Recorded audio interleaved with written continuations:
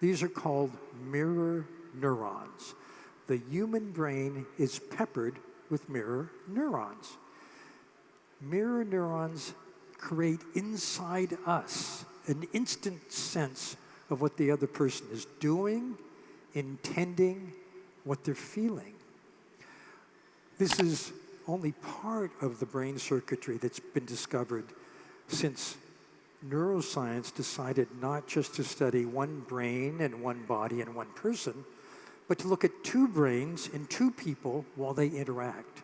And it turns out there are circuits in the forward part of the brain that are designed to lock into the brain of the other person in an instantaneous brain-to-brain link. It's unconscious. It happens automatically. It explains something that had puzzled psychologists for a long time. They've been doing studies where two strangers come into a psych lab.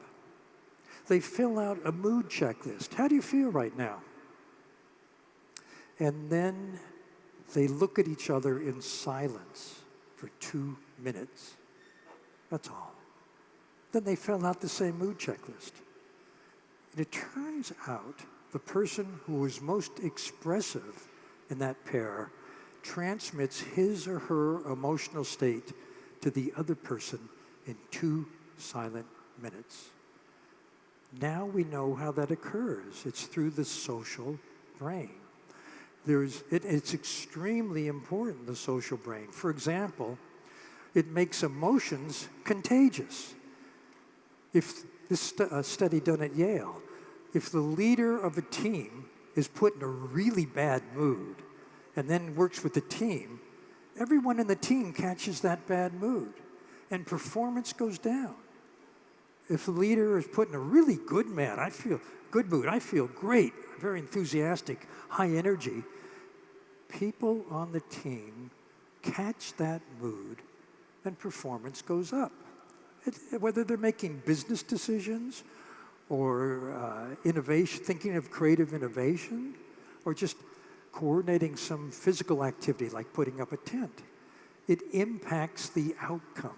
So moods and the transmission of moods is an invisible, critical factor in how well a team can work.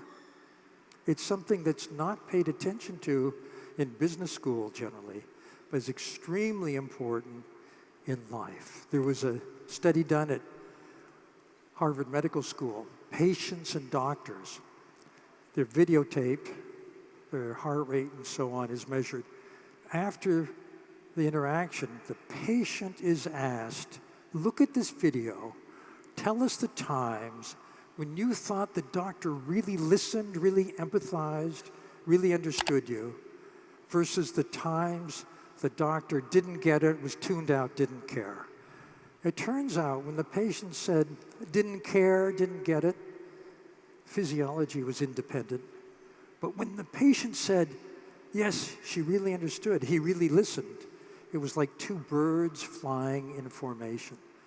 In other words, the social brain has an impact at a very basic biological level.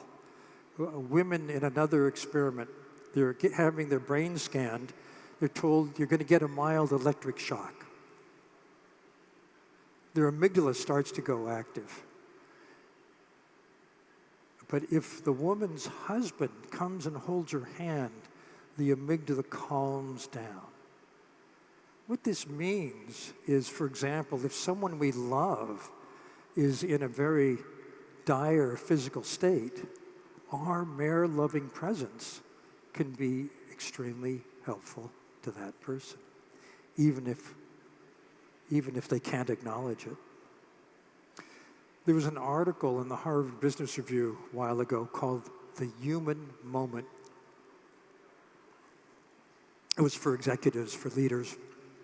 It says, if you want to have a powerful connection with the person you lead, then whenever you have the opportunity, whenever they come into your office, put aside your distractions, ignore your cell phone. Forget what it was you were thinking about it, and pay full attention to the person in front of you. I find it very sad that we have to have an article in the Harvard Business Review telling us to do this, actually. Because this is what we should be doing all the time. But we're more distracted than ever. This afternoon, I'm going to talk about the leader's focus and the problems we all face with distractions and give you some practical methods for getting better at it. But for now, let's just leave it at that. There was a book, very popular back when I was in college, by a German philosopher named Martin Buber. The English title was I and Thou. And he was describing two different ways of relating to people. The I-it method, which he described, is you don't care about the other person. You don't care how they react. You treat them like a machine. Your communication is like firing bullets. You just want to say what you have to say, and you ignore how the person responds. The I-you is a social brain connected. You feel and you care about how you're talking to the person, and what you're doing affects them, and you change accordingly to have a highly effective exchange.